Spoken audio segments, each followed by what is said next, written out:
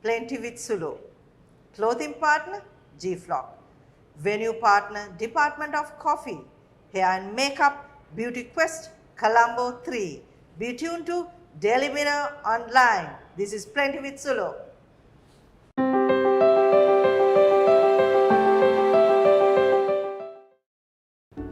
Hello everyone. Year 2023 with Plain-T with Sulo. This year we are going to bring some exciting personalities who's going to talk about country situation, politics, corporate issues, society, women, children, men, and also some international personalities who's going to speak about the world economy, branding, marketing, how Sri Lanka can move forward. So, this year is going to be very critical for Sri Lanka, but positive way forward can bring a positive Sri Lanka. So let me welcome our guest. He's someone who speaks about brand and he's known in the corporate industry nationally and internationally. He is none other than Santosh Menon. Hi Sulo. Hi Santosh, and it's a privilege to have you. I know you just returned from India. So today we are going to speak about branding and everything. But before that, Santosh, I know you have worked in India, Bangladesh, am I correct? Indonesia. Indonesia, and also countries where Sri Lanka is very close, right? Yes. Now 15 years you are in Sri Lanka. Yes. Okay. Now just before we start all these conversations, tell me what it is this brand building, brands? You know, first of all, Sulo, thanks so much for having me here on your program. It's actually a privilege for me to be here as well. It's a real privilege for all the fantastic work that you do with women. And I'm part of it in some small way. Yes. So to that extent, I know the kind of hard work that you and your team put in to create those awards. So it really feels good for me to be part of something that you're doing. So thank you. It's an honor. Honor to start the 2023 with a person like you. Thank you so much for your kind words. So, let's get into the topic of branding. Actually, it's very simple. As a business person, you want loyal customers. Yeah. And you want to increase that customer base all of the time for your product and for your service. And you want increased margins and increased profits. As a businessman, those are the things that you want, right? And in that context, branding is very key.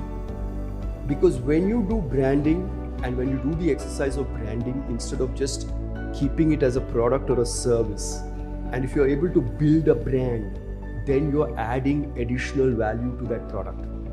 Yeah. And that adding of value is the one that actually ensures loyalty, increases your customer base, and increases your profitability. So simply put, branding is an essential component to have a long-term context and a long-term relationship with your customers, to retain your customers, to increase your customer base, and to improve your profitability. Now, as we get further into the conversation, I will get into the details of how to do the branding and what are the challenges when it comes to doing branding, in any scenario. As you correctly said, branding is something which is very important. It's a key. Yes. And you mentioned retaining customers are more important than getting a new customer. Yeah, well, I'm actually, it's both are important. Having a loyal customer is extremely important, but in the long term, you also want to keep increasing your customer base because that's how you grow your business. Yeah, agree. So, as I said, you are being here for 15 years and you have built some amazing brands in Sri Lanka. What's your experience on that? Oh, terrific. I would say that I've really enjoyed myself working in advertising in Sri Lanka. The brands that I have helped create. Ultimately a brand building exercise happens because there is a team of people. In our case, we are an advertising company. So from the advertising agency as well as from the client end. And that team together comes up with ideas and thoughts on how to build brands and take the idea and the brand forward. So I think I would say that this entire exercise of working with clients in Sri Lanka and working on brands and creating those brands has been quite amazing. If you'd like me to illustrate right now. Yeah, please. a brand that I'm particularly proud of is a brand. Recently I was in a research presentation, and in the research presentation, the research person said that in 2022 they did a study on who Sri Lankans thought were iconic women. Okay. And one of the iconic women, which Sri Lankan women thought was an iconic person, was Mrs. Pereira. Mrs. Pereira. And Mrs. Pereira is the character we helped create for Rati. Rati, Nuanakara. Nuanakara Gandume Rati. Yes, I mean, absolutely. And this what was amazing was that here was a brand in 2004, which I think the intention was to migrate that brand and get the customers to move from Rati to Anchor in those days. That was the thinking.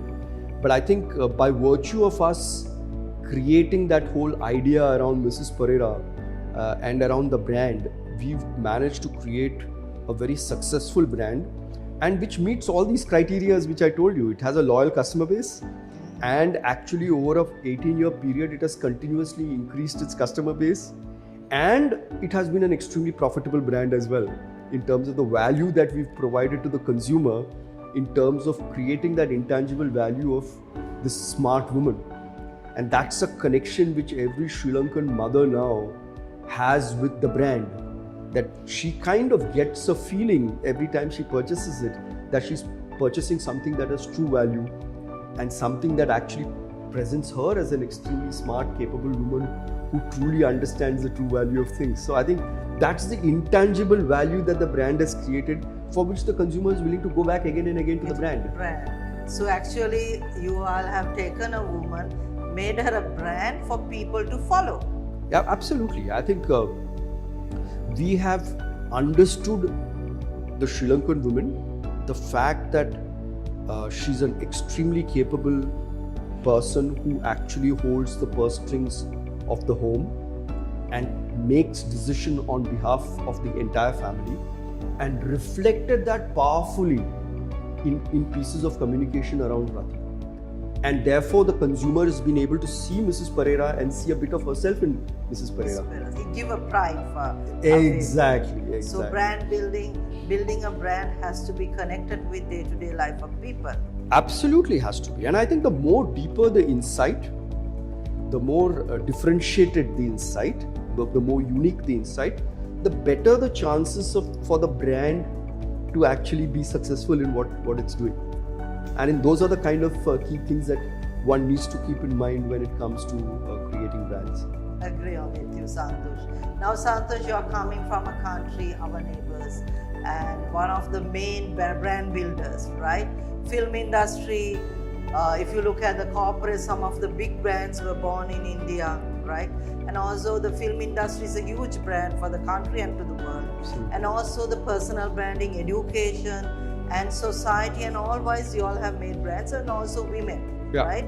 So comparing on that big country who has made brands and then got the poverty out of it, crisis, now it's one of the leading countries. So how do you think Sri Lanka can learn from India? Because you say brand as a customer loyalty, building customers, and also confidence, and also giving respect, icons. So Sri Lanka is still looking for that.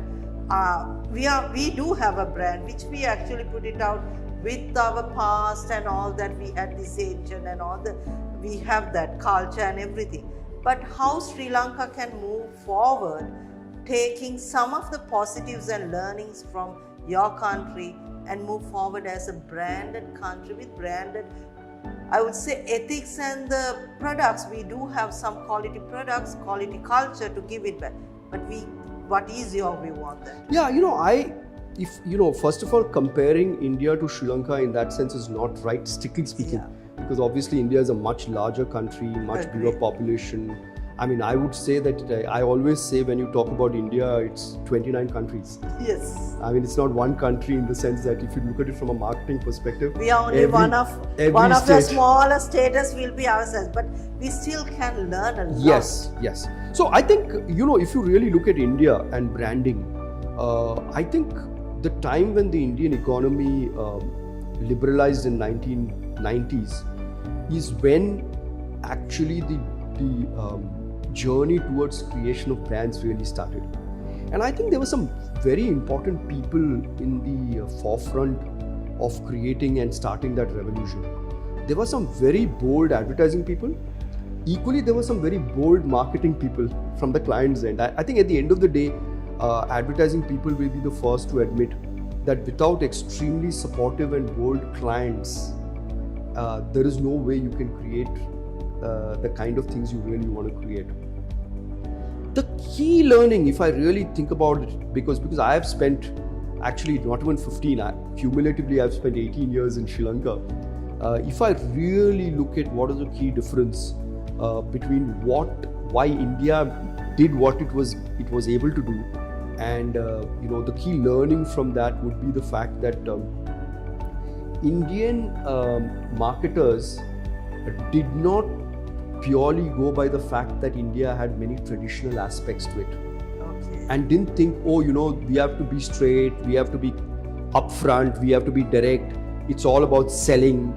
No, I think Indian marketers went deep into the psyche of the Indian consumer and actually found needs and wants which in a sense were pretty universal in nature. And by that, they went and actually created ideas and brands which resonated with Indian consumers. Of course, in terms of the execution, in terms of the way it came out, it was very Indian. But even then, there was a certain boldness in the approach. There was a certain experimentativeness in the approach.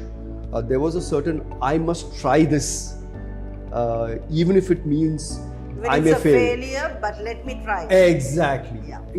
And that's a very entrepreneurial approach to brand building, which is to say, you could fail sometimes, and you may not be successful sometimes, but we got to try, because unless you try, you never know. And I think that's something we can learn from here. The appetite for risk and the appetite for taking a chance needs to increase, is my view. And I think, it's not that Sri Lanka does not have brands. Sri Lanka has some amazing brands already. Across categories, there are some fantastic brands, but there could be more. And I'm sure if we develop that appetite for risk, and if we develop that appetite for trying new things, we could be fantastically successful in creating brands across all categories. Brands does not mean always successful. There can be failures, and failures also can bring a brand out. Yeah, the brand building is a process, and it's a process just like any other thing where you keep learning. The process, if you apply it right, you will end up with something successful, but every action needn't result in a successful outcome, is the point I'm making. That's a good thing, because as you said, I think Sri Lanka we do have some amazing brands, but the new brands can come, and there is a space for us to grow. Yes. And also taking that risk, trying out, it needed. Yes. And it really needed. Santosh, I'll just jump to the social media. Now the social media is a huge thing in Sri Lanka or the world also. And this personal branding is coming out. Everyone wants to be a brand and all that. What is your view? Is it personal branding has something to do with social media or the way of life or what you deliver? What is your view as a brand builder? See, first of all, fact is, whether you build your brand or not, a brand already exists. And what I mean by that is, if you ask people about individuals, everyone will have a point of view on that individual's strengths, weakness, what they think of that individual. Yes. Professionally, personally. So the brand already exists. Yes. But with social media, now you have an opportunity to kind of create a brand for yourself, which probably didn't exist in the past. Yes. Because whether it is LinkedIn, whether it is Facebook, whether it's Instagram, whether it's Twitter, your authentic, real voice can actually be projected to the public. And you don't need to go through someone to tell your story. You still can have something. Absolutely. There are many ways in which you can tell your story. For those people who are not very good at writing, are they good at creating images and writing small sentences? You know, it's not very complicated, it's not very difficult, but your intent should be there to say, I want to craft my own brand. And when I say craft my own brand, doesn't mean you should try to be someone else. Yeah. You should try to be yourself. Being authentic. Be authentic, Being be real. yourself. I mean, that's my view, because at the end of the day, if you're trying to be somebody else, it will be found out. Yeah.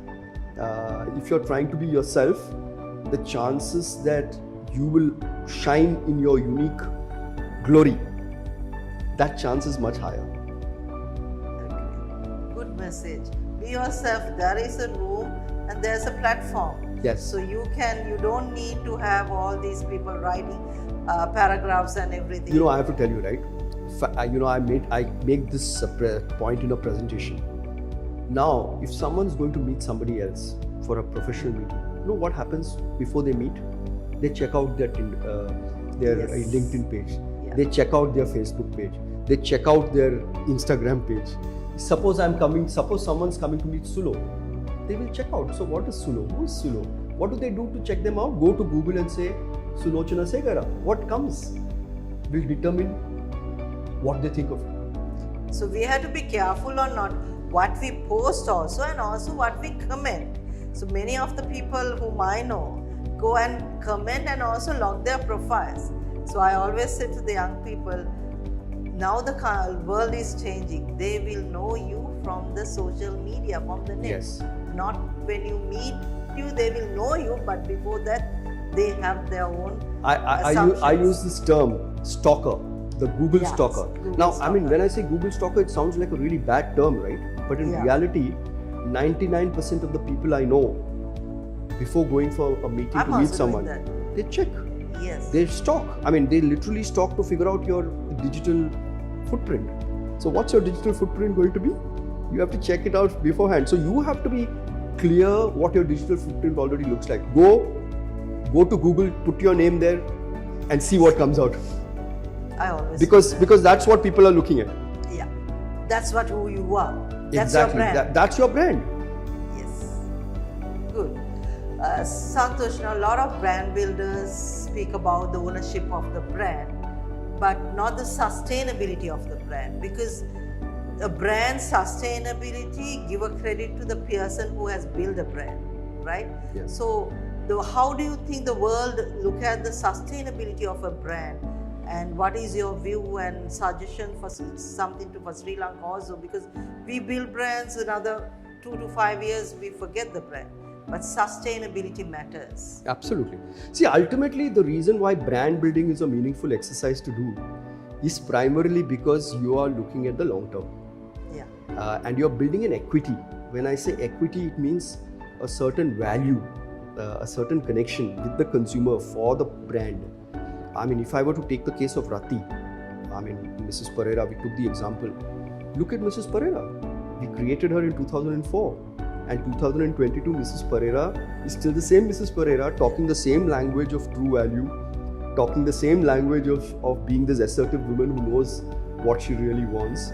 Even in terms of the look and feel and what she wears and how she speaks, everything's the same.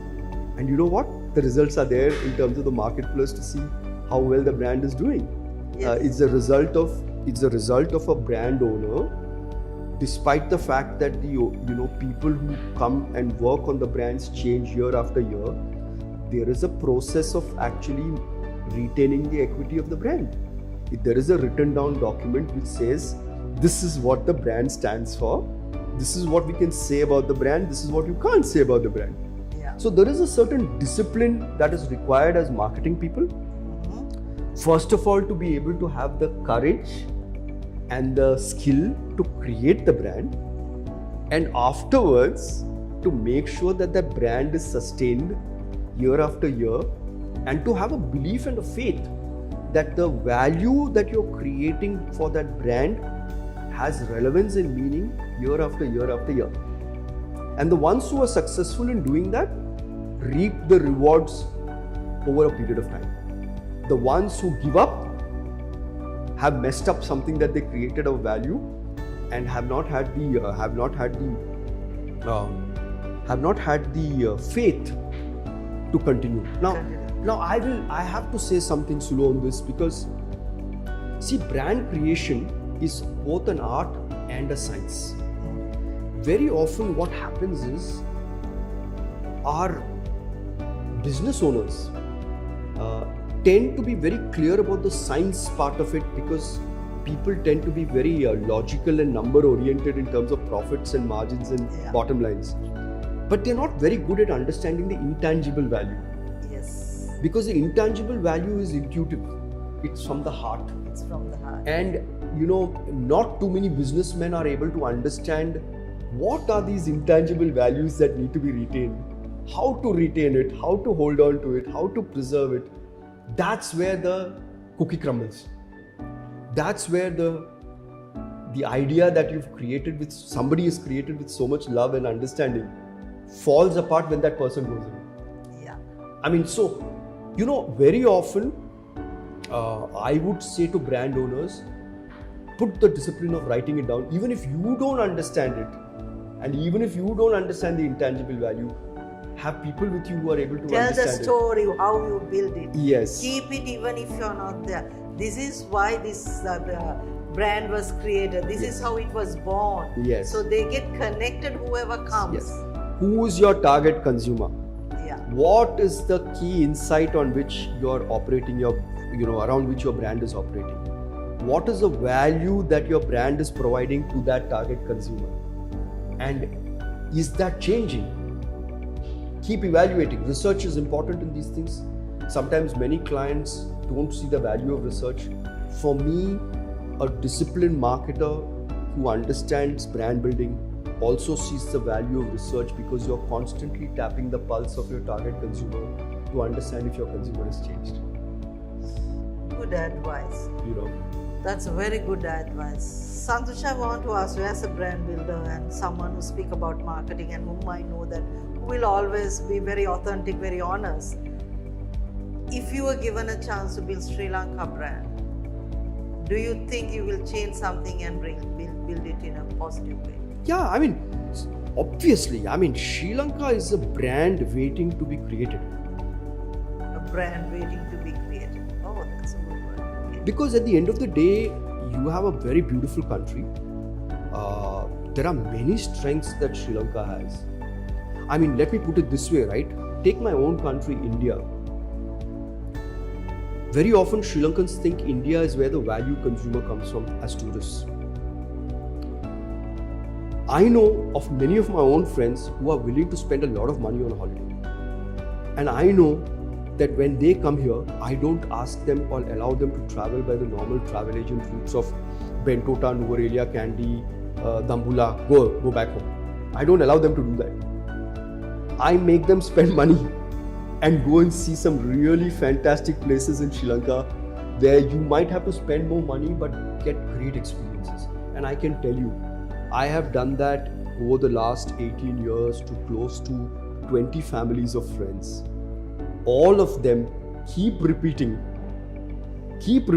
and they tell me, Santosh, we would never have known that Sri Lanka has these offerings. Thanks to you, we are able to experience this. They're paying the money, but I am showing them a new way of seeing Sri Lanka. If Sri Lankan tourism authorities or whoever takes decisions can actually cater to the high value consumer in India, you can have a flood of people who will be happily able to come here and see the value and beyond the experience. What is the, actually, as you said, the hidden beauty of Sri Lanka. Exactly, and pay money for it. Yes. There is a luxury Sri Lanka which is available. Very few people are aware of it. And in India, the perception of Sri Lanka is not the real Sri Lanka that actually is there for everyone to see.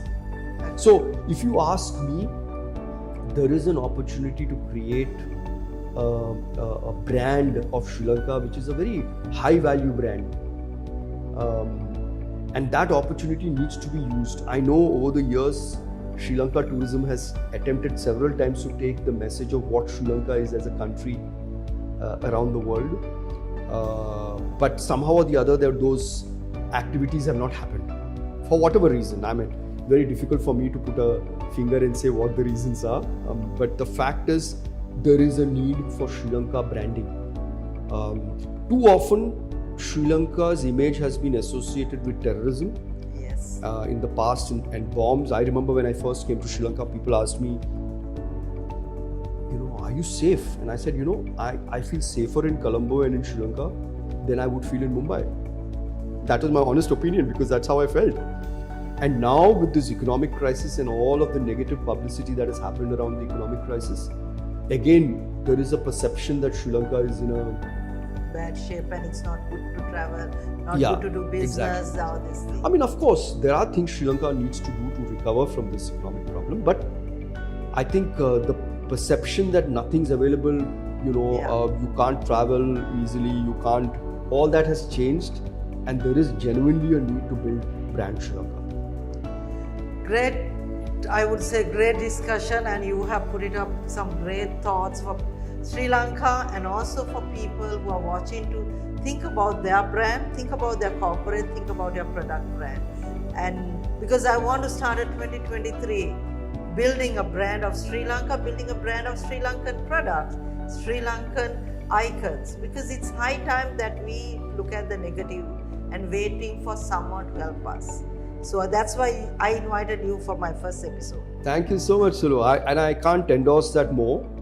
At the end of the day, one way to come out of the economic crisis is for products and services to add intangible value to their offering, get loyal customers, expand their customer base, and to build a long-term relationship with their customers so that they can have profitable businesses. At the end of the day, that's what all businesses want. And I think branding can play a very important role in doing that. Thank you so much, Sulo, for having me. Thank you, Santosh. I know you're a busy person and you just arrived to Sri Lanka from your vacation, but you didn't say no to me.